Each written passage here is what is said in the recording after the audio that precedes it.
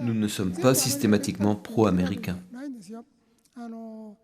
En ce qui concerne l'Iran, dans mes livres les plus récents, j'ai demandé aux États-Unis de s'abstenir de lancer des attaques imminentes contre l'Iran.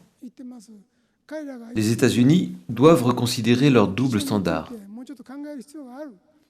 Je me réfère là à leur position stricte envers les pays islamiques qui veulent s'équiper d'armes nucléaires et sont attentifs à leur stock d'uranium enrichi.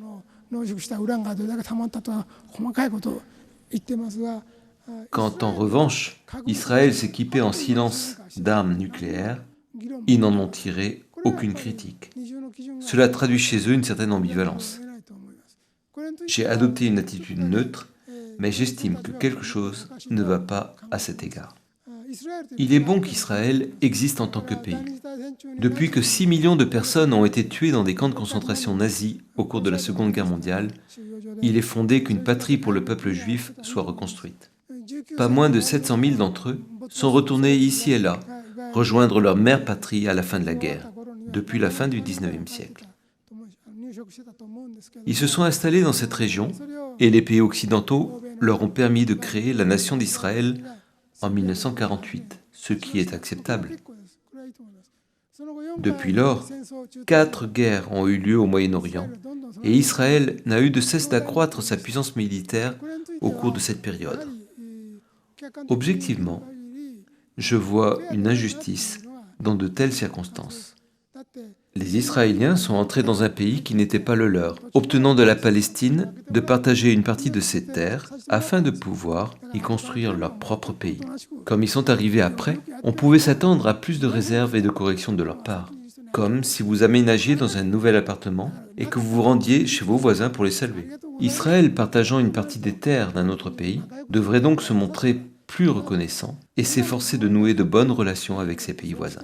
Mais au lieu de cela, Israël s'est à présent doté d'armes nucléaires, de quelques centaines de missiles nucléaires et de bombes.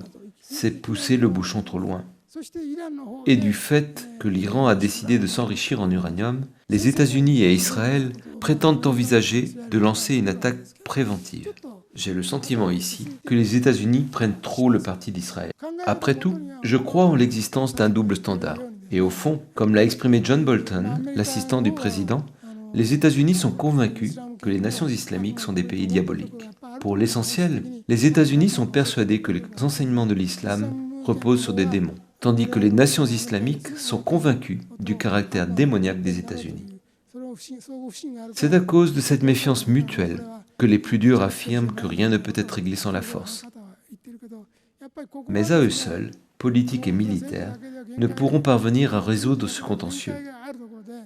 Le moment est venu de faire de la religion un médiateur. Ce temps est arrivé plus tôt que prévu. Avec l'avènement du christianisme, Jésus avait le Père au ciel pour repère. Ce Père céleste le guidait. Il est clairement écrit que lorsque des maladies étaient guéries, que Jésus prononçait un sermon devant des milliers de personnes ou accomplissait toutes sortes de miracles, Père céleste guidait toujours Jésus. Ce qui est vraiment important ici, c'est de savoir si ce Père céleste est l'être que Mahomet a appelé Allah, ce mot qui désigne simplement Dieu en langue arabe, 600 ans plus tard, représente la même existence. Personne d'autre que moi ne peut affirmer ceci maintenant. Le Père céleste que Jésus a appelé et Allah que Mahomet a appelé sont un seul et même être. Ainsi, le christianisme et l'islam s'appuient sur la même racine, croient au même Dieu. Je veux qu'ils cessent de se battre, car ils croient en un même Dieu. Des explications religieuses supplémentaires seraient nécessaires pour comprendre cette vérité, mais leur combat ne les mènera nulle part. Je veux donc qu'ils arrêtent de se battre. Je crois que seul le Japon de l'Extrême-Orient peut être leur médiateur. Les enseignements de Happy Science pourront surmonter les problèmes que ni l'islam ni le christianisme ne parviennent à résoudre et sauver le monde. Je vous demande d'être plus fort, je vous prie de développer votre pouvoir, allez plus loin dans le succès et élevez davantage votre voix, allez au-delà des frontières et étendez votre pouvoir au monde. Je vous demande ceci de tout mon cœur. Merci beaucoup.